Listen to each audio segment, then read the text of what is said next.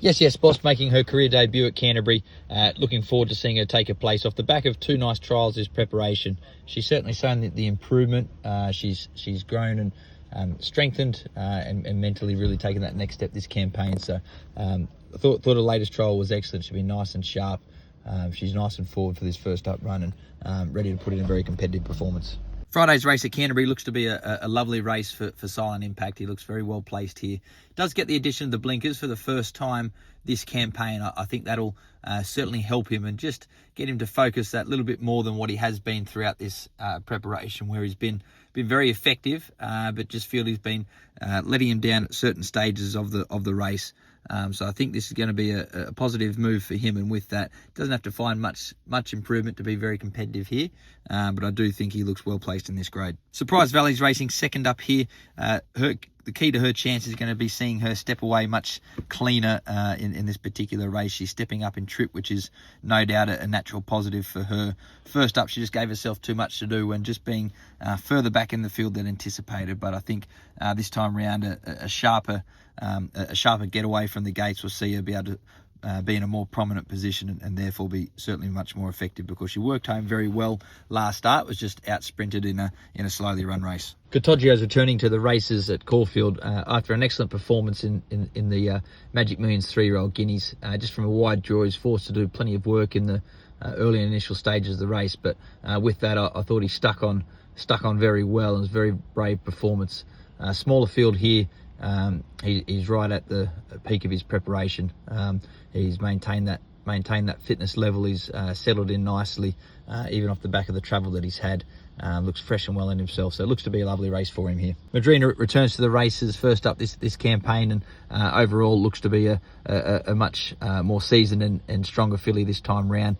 She showed plenty of sharpness early in her career, and she's ready to take that next step now as a 3-year-old. Been very pleased by the trials that we saw from her in Sydney. She looked particularly sharp, so she's nice and forward for a first up run here to be very effective. Mayfair returns to the races on Saturday, racing first up in the Eskimo Prince 3-year-old race, Group 3 over the 1200 metres. He's returned in excellent order. He's been a model of consistency throughout his career. You can put a line through his last start in the Caulfield Guineas, his only failure to date. He returned to the paddock off the back of that and has come back in excellent order. I thought he's trialled up well. Been pleased with what we're seeing from him, so he's ready to put in a very competitive performance first up. Stable's hoping to have 3 runners in the Inglis Millennium, a fantastic race for horses restricted to the Inglis sale. Firstly, Copra Club, he ran an excellent run on debut in the Inglis Nursery. He's had a short freshen up off the back of that and trialled nicely at Hawkesbury in the lead up to this. He was excellent on debut and should be much better for the race experience. Crown the King, similarly, he debuted very early in the 2-year-old season in Queensland. Did plenty of things wrong on that occasion, but still worked home very well. If he can do everything right, put himself in the race, he's certainly got the ability to be very competitive. And Bella Zane, a very talented filly, had no luck in the gym crack, but she's come back in excellent order, really strengthened up nicely this preparation. She's drawn well and can certainly run a bold race for us. Anarchist is making his debut in the Lonhro Plate.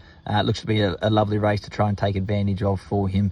1,000 metres looks to be ideal off 2 sharp and impressive 740 metre trials at Randwick. So he looks well going into this. He's nice and forward. He's a talented colt.